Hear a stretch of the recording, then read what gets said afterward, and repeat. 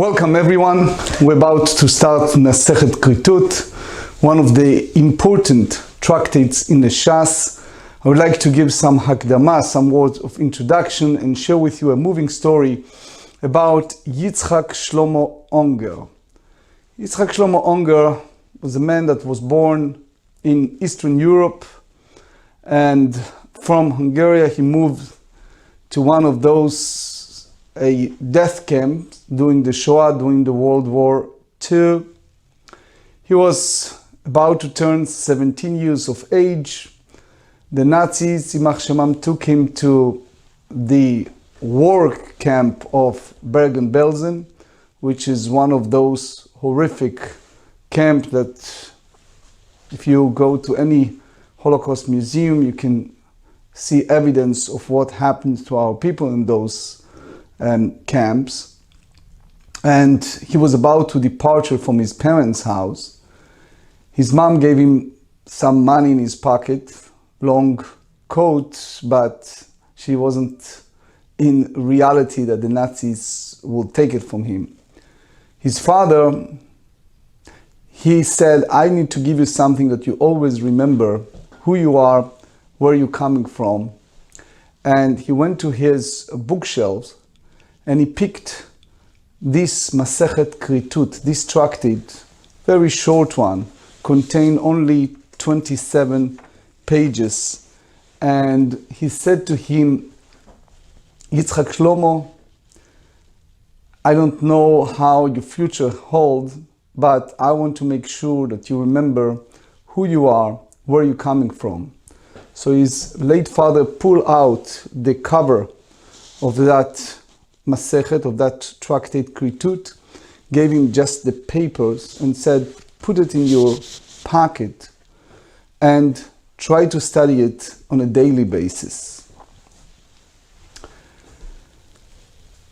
Later on, Yitzchak Shlomo Unger described when he survived the Shoah, survived Bergen-Belsen, how for 36 times he studied this Masechet, this tractate, many times with a chavruta, with a study mate. And he said, when he made Aliyah to Israel, to Bnei Brak, he said that I remember vividly how the SS officers shouted death, and the gun machine, all different bullets ran around the graves that we dig for ourselves. I was there in those graves several times, but nothing happened to me. I carried in my pocket this Masechet, these 27 pages of Masechet Kritut, of this tractate we're about to study, for the entire horrific years of the Shoah, of the Holocaust in Bergen-Belsen camp. Later on, as we said, he immigrated to Israel. He settled in Bnei Brak. He became the important rabbi in Givat Shaul in Yerushalayim. Later, he moved back to Bnei Brak and he built one of the very important organizations, Chug Hatam Sofer. It's not only kashrut organization, but it's also a yeshivot and many more Irgunei Chesed, important tzedakah organization and more. And obviously, the whole idea of studying 2 times high, 36 times this Masechet during the Shoah, in a way, saved his life. But the most important thing is, when he later on became the founder and the head rabbi of Chug Hatam Sofer, he told his disciples and others this story of survival because of studying Masechet Kritut. Unfortunately, Rabbi Yitzchak Shlomo Unger, Zchuto Yagen Aleinu, left this world without children. So we hope and pray that for his merit, for his zchut, and for us mentioning his name and study for his memory, he will be a lobbyist, a militz yosher for all of us, for our good and well future. It's a matter of fact that the late Rav Wozner, who wrote beautiful askama to one of my books, gave a word of eulogy, a hesped, very moving hesped, when Rav Unger passed away. But not just that. If you look at the Chafetz Chaim, the great rabbi in Radin in Lithuania, one of his books is called Likutei Halachot. And those who have the Gemarot with Likutei Halachot, which is in the way the same as the Rif, has his own commentary on the Shas. You have the Likutei Halachot of Chafetz Chaim on this Masechet Kritut. He commented and he said, Hu tikun nafsho la'avon karet. This study of these holy tractates makes a tikkun hanefesh, make a repairing the soul of a person. For all those sins relate to Karet. Karet, our Torah Kedusha tells us that one who did any one of these 36 list of violations, that soul shall be cut off, which is a very severe heavenly punishment. The rabbis describe it, soon you see different views. It means that the person, God forbid, will die before he reaches age of 50s, some said 60s, some others' opinion, but the key is it's a list of 36 violations of biblical precepts. So the Chafetz Chaim give us a formula, a panacea, a word of healings in Likutei Halachot that study this Masechet makes tikkun hanefesh to us, people who study it. Furthermore, the great Rav Sofer, the Chatam Sofer, wrote, quote, מובטח לו שינצל ממיתה משונה ומקיצור ימים. The same way as soon you see the severe punishment for violation of those Isurei Karet, the other way around, someone who perseverely and sincerely studied these tractates, his promise that he will be saved from this, God forbid, mita meshuna, which is unknown sudden death, or shortened lives, which again, we pray and hope that never happen to anyone.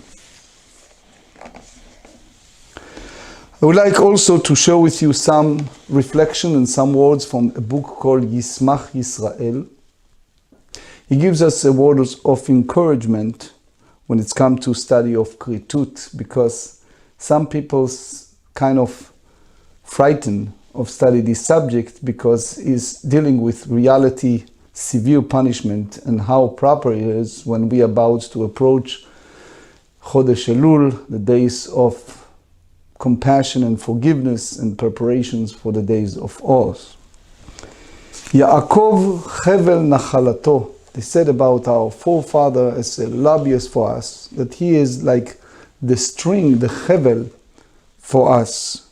So Yismach Yisrael explained that we have in our upcoming Mishnah a list of 36, which in a way, if you look at the fringes, we have 36 chutim, but he quoted from Tehillim Kuf Lamedei, the Psalms 135, that said, Yaakov Bachar Lo, the word Lo is the 36, and he explained that that's the 36 point, or 36 tikkunim, me'agdim chevel im Hashem. It's like, in a way, in our language, bundles us with the Almighty.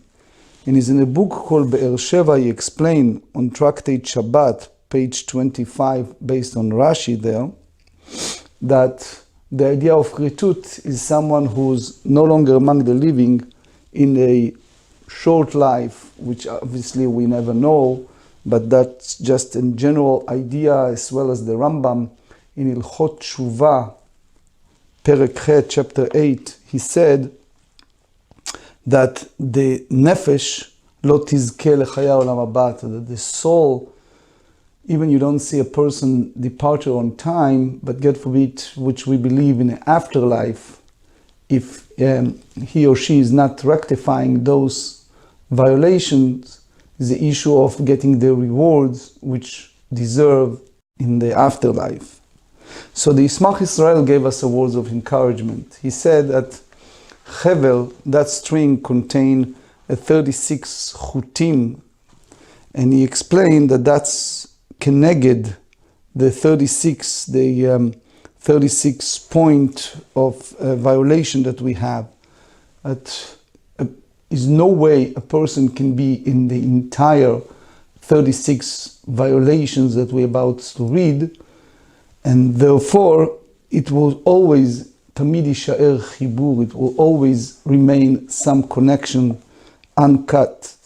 And that's the idea, as the Rambam explained to us, of tshuva, of act of returning, and ma'asim tovim, and a good deed, brings back, koshrim et hachevel bechazara, bring back the source of living, the strings back.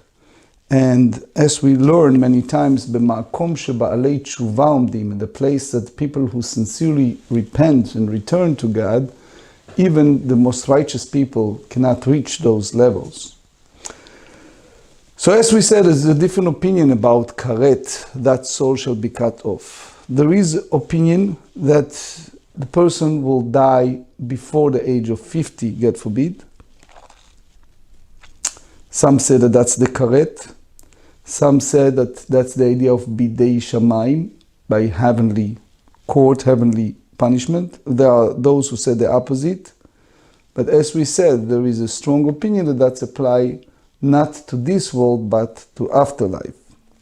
So this Tractate Kritut is the Masechet Shvi'it, is the 7th tractate in the Seder Kodashim. It contains 27 pages, mainly speaks about offering for different transgressions. In general, we have this principle, Kol davar shegigato, anything that a person did unintentionally, unwittingly, if it's chatat, if it's the need to bring a sin offering, b'meizid bli atra'a karet, if he did it intentionally without warning, it's the heavenly punishment of that soul shall be cut off, of karet. Now, the whole idea of unintentional bechatat, beshgaga, kol chayavei kritut, all those people that involve in this violation.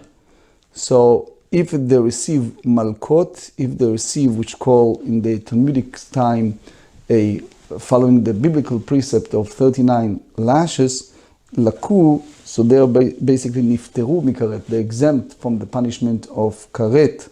The Mishnah in Tractate Makot, page 23, expand on that. And in general, before we start, there are two avenues.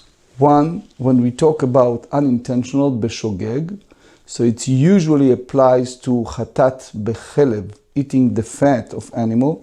So that's number one, it's because that's the first mentioning in the Torah, korban bishgaga, and a person bring an offering for unintentional deeds, actions that the Torah mentioned as first, and it's written about chelev, eating fat.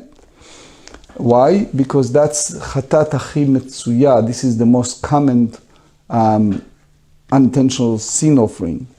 Why? Because it's very hard to distinguish between chelev and shuman, between different type of permissible or unpermitted fat. Also, as another comment, we have the Tosfot. Usually we have the Gemara, Rashi, and Tosfot. Here we do not have Tosfot, we only have Tosfot Yeshanim. Mishnah Akdosha, פרק ראשון. 36 כריתות בתורה. Meaning, our Torah, the blueprint of lives, in the 5 books of Moses, refer to us as a 36 sins that a person received a severe punishment of karet. As we explained, that soul shall be cut off.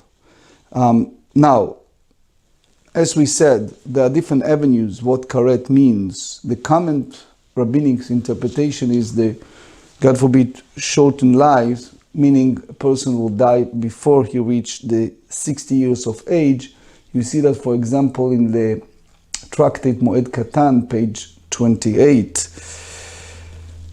There are those who said that applied to a person who died childless, God forbid. You see it in the several places, such as Shabbat, page 25b in Tosfot there. Now, many scenes there is a bedin shel mata, meaning our rabbinic court that can rules, but there are certain situations that a person, either because it wasn't witnesses or wasn't warned or other reasons, Rashi said, that he did not have the proper procedure in order to pursue a punishment, and therefore that's the concept of karet. Otherwise, as Gemara in Makot 23 said, if he was punished by the Bet Din, it was a verdict already, he exempt from karet. So that's not by the Sanhedrin, as the Gemara in Makot tells us, but it's explained just Keritot Torah, the list of 36 avonot, transgressions, that the Torah said that soul shall be cut off. Number 1, haba alahem. The Torah tells us directly and indirectly, mainly in the book of Vayikra, in Leviticus chapter 18 and more, a list of prohibitions that, in a way, the whole world accepted as a severe violation of law. Here is a relation between son and mother. Number 2, ve'al eshet av. A person have relation with the wife of his father, can be, God forbid, his real biological mother or even stepmother. Even the Gemara in Sanhedrin 54 said his father is no longer among the living, or if his father already divorced his wife. Number 3, ve'al hakala. A person, as the Torah warns us in several occasions, person have relation with his daughter-in-law, the wife of his son, even as Mishnah in Sanhedrin 53 tells us, even if his son is no longer married to her, meaning even if his son divorced his wife, still the ex-father-in-law prohibited from relation with his even ex-daughter-in-law. Number 4, haba ala zachur. Here the Mishnah speaks about relation between man and another man, and the Torah referred to us in several places. You see more on that in both in Gemara and Sanhedrin 54, but you can see directly in our Torah. Number 5, vehaba al behema. If one have relation with an animal, bestiality. Number 6, ve'isha hamevi'a behema aleha. Here we talk about women that brought an animal with bestiality. Number 7, haba al isha uvita, meaning a person have relation with a woman and her daughter. The Mishnah brings a different circumstance, meaning if a person have relation with the daughter, the stepdaughter, or the granddaughter of his wife, or mother of his wife, or mother of the father of his wife, or the grandmother of his wife, or someone who have relation with his daughter that comes out from a woman that he cohabited with her without marriage, or daughter with his son, or daughter of his daughter. You see more on that Gemara in Sanhedrin, Tractate Sanhedrin, page 75 and 76. The whole discussion over the exact violation after his wife is no longer among the living. The Rambam, the Maimonides, in the commentaries of Magid Mishneh in Ilchot Isur Abiyah, chapter 2, expand on that. As we said, that applies even to the daughter of his wife, even if he's not her father. But this not include a relation with women that one cohabited without being married, if he's not her father. So in general, if someone did it with witnesses and warning, that's the biblical precept of sreifa. The Mishnah speaks about haba, meaning that it's different. It's without the dual process of witnesses and warning. Next one is Ve'eshet Ish, number 8. It's speaking about one who cohabited with married woman. So if it was with Bet Din, meaning with witnesses and warning, then is a different mitat chenek, is a different type of rabbinic decree of execution. Here, it's a different one. It speaks about without the process of witnesses and warning. Number 9, Habal Achoto. One who have relation with his sister, regardless if it's the sister from his father, sister of his mother, sister from his only father, or only from his mother. The Gemara later on expand on that. Number 10, Ve'al Achot Aviv. Sister of his father. In general, it's called aunt, but can be a different one. Soon you see, Ve'al Achot Imo, sister of his mother.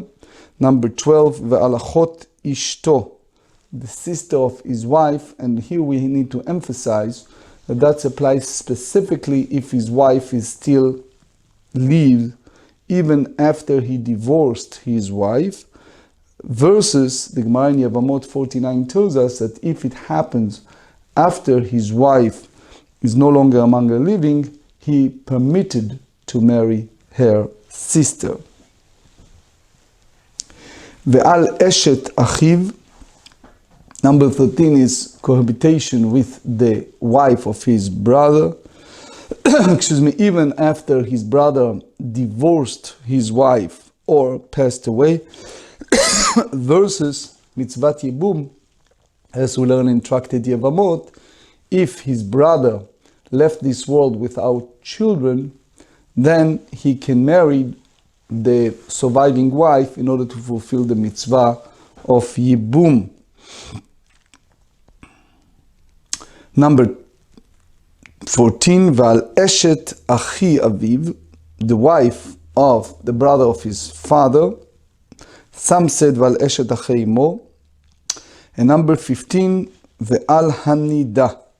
The Torah tells us in the book of Vayikra, chapter 18, verse 19, Ve'lisha benidat tum'ata, when women have her period, Lo tikrav legalot arvata, you are prohibited to cohabit with her. That's a very severe punishment. You see in several places in the Torah. So that numerate number 15. Number 16 is Vehamegadef. Later on, the Gemara on page 7b brings a machloket, a disputation. What does that mean when we're using the word megadef? According to Rabbi Akiva, the one who quote unquote bless the Almighty, Rabbi Ishmael hold that the one who rebel and sing and chant for idol worshipping, that's the way they serve their false gods. But later, as we said on page 7, God willing, we explain at length the Megadef. Number 17, Ve'oved avodat kochavim.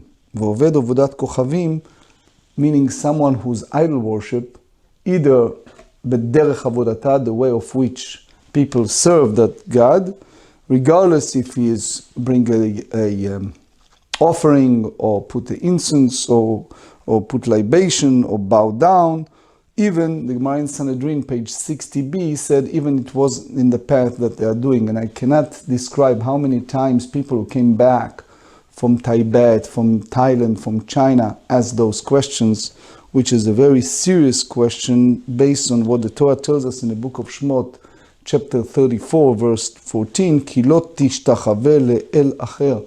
We are prohibited to even bow down to others who believe in certain god or goddess. Number 18, Vehanoten mizar'o lamolech, meaning someone who brings, again that was a form of ancient idol worshipping, the person brings idol worship to that false god, and they passed, as the Rashi explained on Vayikra, chapter 18, verse 21, that pass the child toward friar, noten mizar'o lamolech. Number 19 is Ba'al Ov.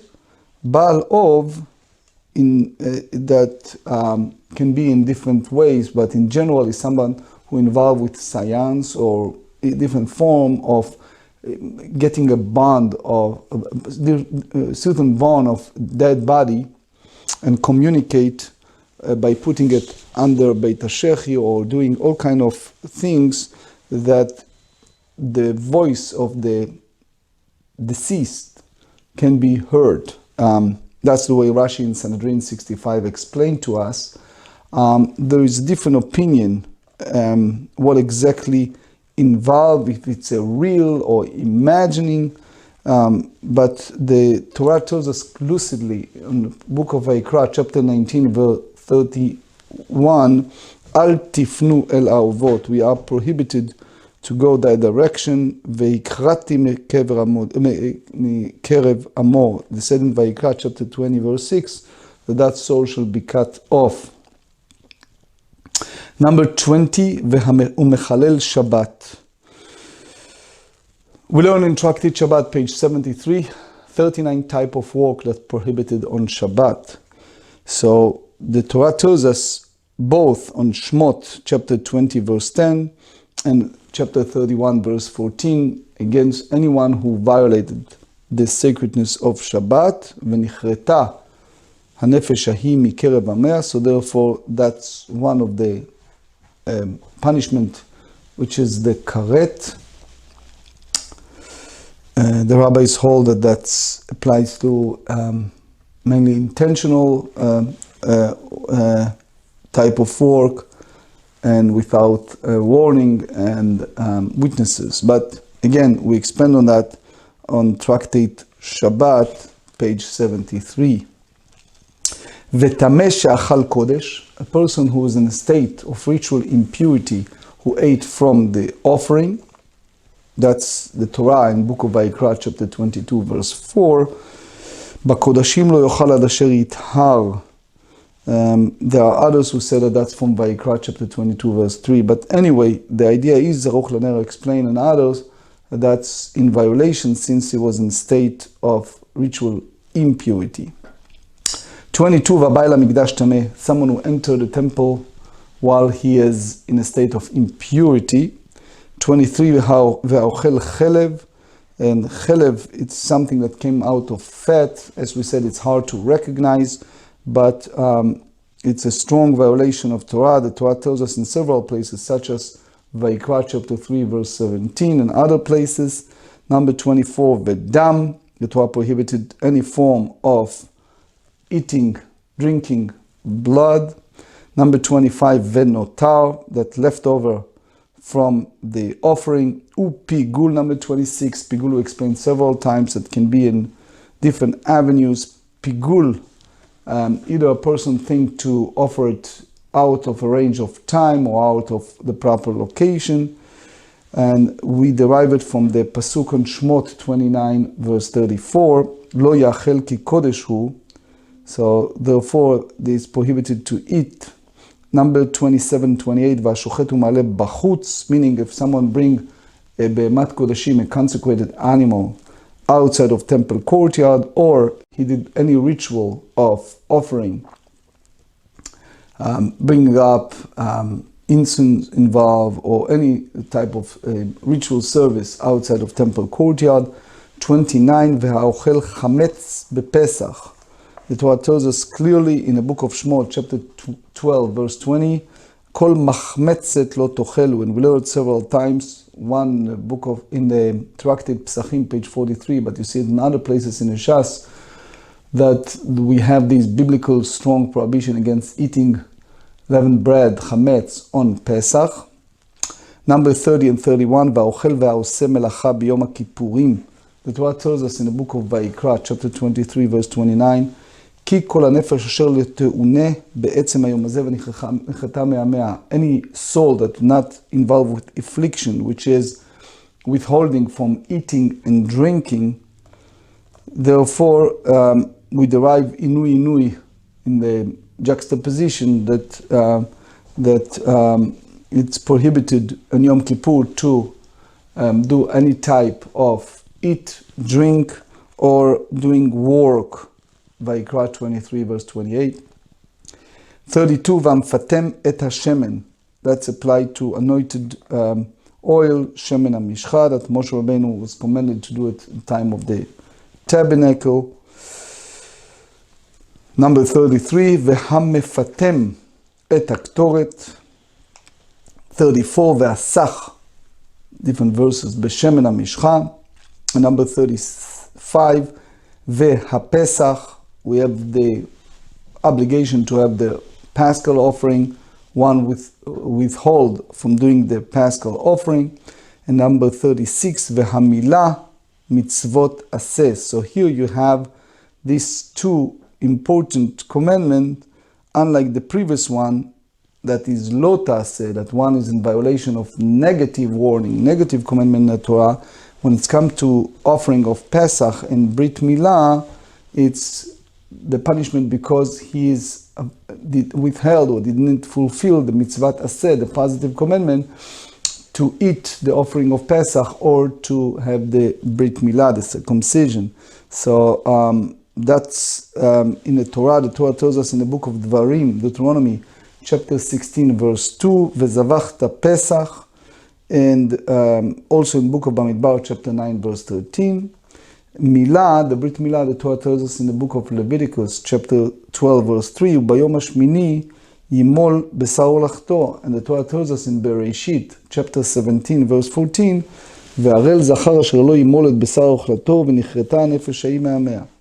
So obviously there is a different views among the early sages when exactly the person in violation and how.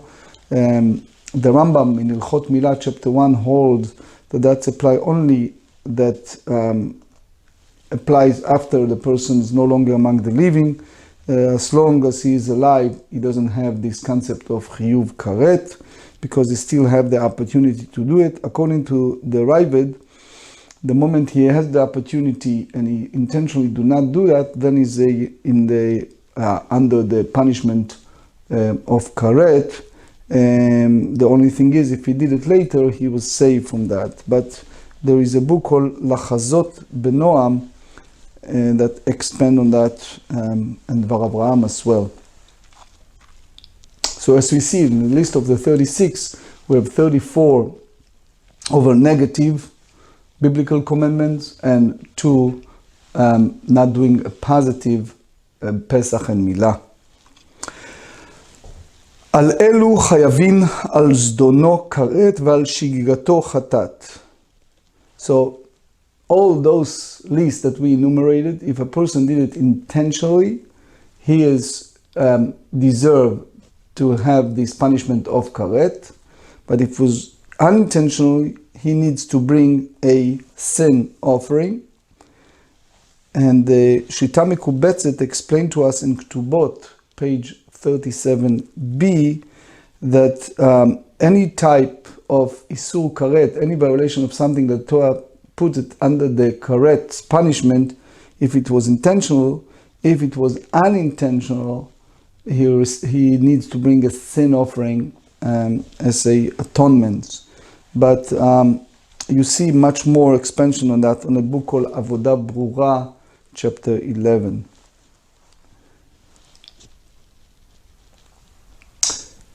והלא הודע שלהם, also in a situation, a circumstance that the person was not sure if he did something or not, such as you see it later on page 17 and other places. For example, if a person lay at night, he wasn't sure, it was there his wife and her sister, and he's not sure to whom he have relation, and he is in a safek, in a quandary. He's not sure if he cohabited with his wife or his sister-in-law. So he is obligated asham talui, meaning that it's depend of the guilt offering based on Vayikra chapter 5 verse 17. Chutz, excluding min hametameh mikdash vekodashav. So if a person is not sure if he enter in a state of ritual impurity to the holy temple, then that's not that he exempt from asham talui, from that guilt offering, mipnei shehu be'oleh v'yored divrei Rabbi Meir, because he is in a variable offering category. That's the view of Rabbi Meir. And we're going to expand on that in the Mishnah on page 25. And the sages said, Af ha-megadef, even the one who, as we said, is different view what is megadef, but let's say someone who quote unquote bless the Almighty, is exempt from sin offering. Shene'emar, the Torah said in the book of Bamidbar, chapter 15, verse 29, Torah achat yeh lachem la'oseh bishgaga, yatsa megadef she'eno oseh ma'aseh. So the Torah speaks about chiyuv chatat, the obligation to bring a sin offering for one who oseh bishgaga, which means if someone did a sin, an iniquity without ma'aseh, without an actions, that's the word, the uttering word is not considering an action. Megadef, he utter wrong words, but he's not bringing a sin offering for that. That's the view of the Rambam. As we see, the Mishnah enumerated 36 Kritot, punishment of Karet. The Braita on Tractate Shvuot, page 13a, brings another 3 that receive this Karet punishment. And there are Haporek all, one who removed the yoke of Torah and Mitzvot, V'amegale panim b'Torah, one who belittle the statements and the value and the precepts of our Torah, V'amefer brit basar. But there are different views. You see it in Shita Mekubetzet and others, why we don't, why it's not part of the 36. Bet Amud Bet, page 2b, Minyana Lama Li. Since the Mishnah mentioned the 36 Kritot in our Torah, so the Gemara said, why the Tana needs to bring all these list of the one who performs the action is liable to receive Karet. Why does it state the number? All 36 are listed in the Mishnah, and one could simply count each of them and put it together to discover how many there are. אמר רבי יוחנן, שאם עשאן כולן באלם אחת, חייב על כל אחת ואחת. The chidush here, the novelty is that if a person perform all of them in the course of one lapse of awareness, he is liable to receive punishment for each and every one of them, which means bring potentially even 36 sin offering. ותואן furthermore, had etnan avot melachot 40 חסר אחד מניין הלמה לי.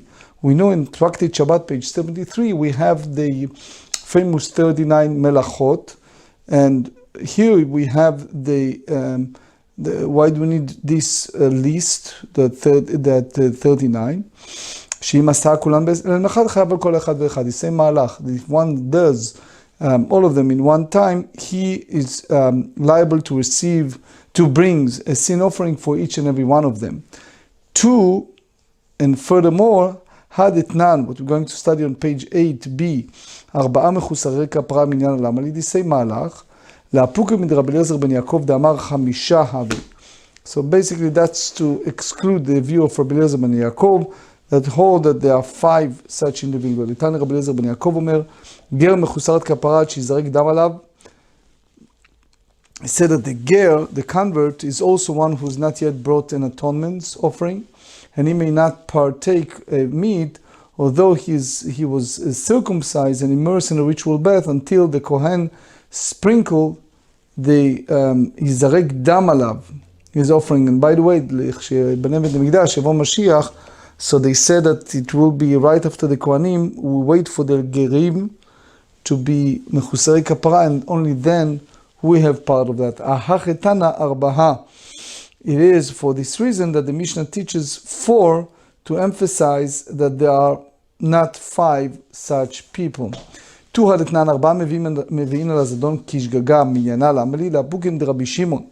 דתנא רבי שמעון אומר שבועת הפיקדון. רבי שמעון speak about the intentional transgressor who take a false oath in a deposit that is not giving the opportunity for atonement by bringing an offering. שבועת הפיקדון לא ניתן זדונה לכפרה. ההחתן 4 also learn 4 emphasize that we're taking a false oath on a deposit is included in this list. 2, so the Gemara said, and furthermore, דתנן 5 מביאים קורבן אחד על עבירות הרבה. We were going to learn in Mishnah on page 9 that there are 5 people who bring an offering for several transgressions, which is for violation of the same transgression several times. And the Mishnah teaches, 5 מביאים קורבן אחד לעבירות הרבה מניינה לעמלי. Why need to enumerate? Why do I need to have this list of 5? Mishum de Kabbalah mitna seifa, because of the last clause of that Mishnah that speaks about Nazir. אם נטמע טומאות הרבה, ומשכח עליה כגון להיטמא בשביעי וחזר מטמא בשביעי. ומעני רבי יוסף ברבי יהודה דאמר נזירות דטהרה מן שביעי הוא דחייל עלי. He said that one who's Nazir of purity, the Nazirut, one must observe afresh after his purification take effect on the Nazir from the 7th day of his purification process. תאמר רבי היא כיוון נזירות טהרה על שמינית לא חייל עלי היכם משכחת לה.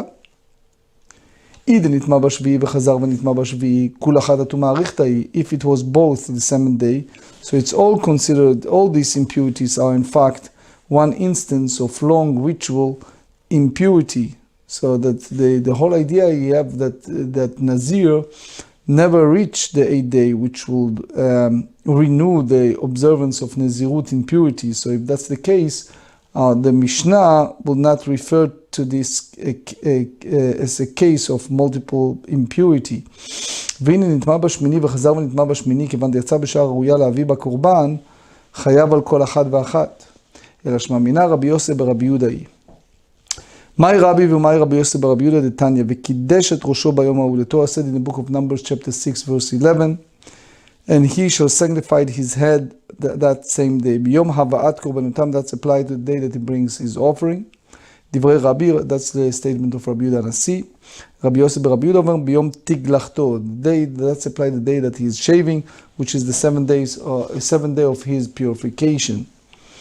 2, הדתנן, 5 מביאים קורבן עולה ויורד מניין על עמלי. They said in the Mishnah on page 9 that there are 5 people who bring a sliding scale offering, and as we learn that it's all depend upon their financial status. Ashir, the rich, bring more, the poor less, but anyway, so why do I need the minyan al amali, the 5? The enumeration, the tally of 5. משום דקטן יוסף, הנשיא כיוצא בהן. 5 לאפוקי מדרבי אליעזר, דאמר נשיא מביא שעיר, that he said that a king needs to bring a goat, which is a fixed sin offering, instead of sliding scale offering, or yored, for the defiling of the temple and its sacred foods. 2 הדתנן, 4 אבות נזיקין.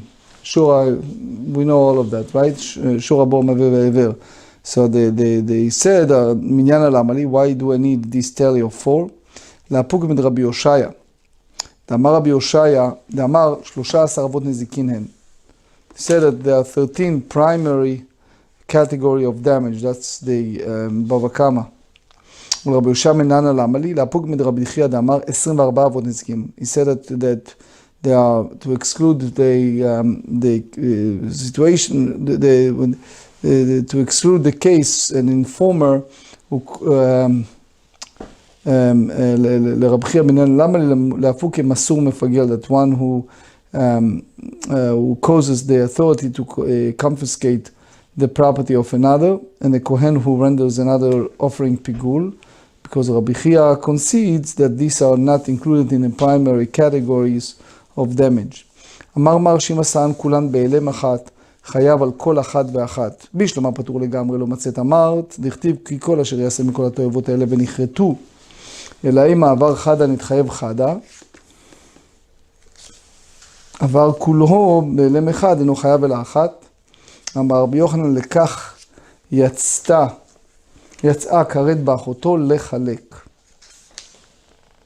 מתקיף לרב ביבאי בר אביי, אימה אחותו דפירת קרא נחייב חדה עליו וכולן, כיוון דבהלם אחת לא נחייב אלא אחת, ולרב ביבאי בר אביי מילאת להדה דתניא, כל דבר שהיה בכלל ויצא מן הכלל ללמד, לא ללמד על עצמו, יצא ללמד כלל כולו יצא, כיצד והנפש אשר תאכל בשר, ולא שלמים בכלל הקודשים היו, למה יצאו? להקיש עליהם, מה השלמים שהן קודשי מזבח וחייבים עליהם? אף כל שהן קודשי מזבח וחייבים עליהם. יצאו קודשי בדק הבית, אמר לרב ביבאי, בר מינה, לאו, מי אמרת התם יצאו קודשי בדק הבית? ההכנה ממה אחותו מיוחדת שהיא ערבה ואין לה היתר בחיי אוסרה, אף כל שאין לה היתר בחיי אוסרה, יצא אשת איש שיש לה היתר בחיי בעלה. אמר רבי יונה ויתם רב הונא ברי דרב יהושע, אמר קרא כי כל אשר עשה מכל התועבות, הואיל וכך הקשו הוגשו כל הראיות כולן לאחותו, מאחותו חייבים עליה בפני עצמה, אף כל חייבים עליה בפני עצמה. ולרבי יצחק דאמר חריבי כריתות בכלל היו, ולמה יצא כרת באחותו? לדונה בכרת ולא במלכות. לחלק מנהלי נפקא למה ואלישע בנידת טומאתה לא תקרב, לחלק על כל אישה ואישה. ורבנן נמי תפוק כלום ואלישע בנידת טומאתה, אין הכי נמי, אלא כרת אחותו למעייתה, מבעיה לחלק על אחותו ועל אחות אביו ועל אחות אמו. הני למה להו לחלק, הרי שמות מוחלקין והרי גופין מוחלקין, אלא אימה לחלק על אחותו שהיא אחות אביו ושהיא אחות אמו.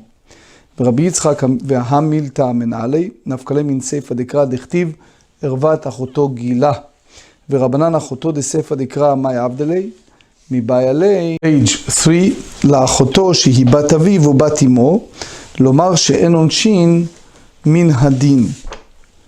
ורבי יצחק סבר עונשין מן הדין, והיא בעייתימה יליף עונש מאזהרה.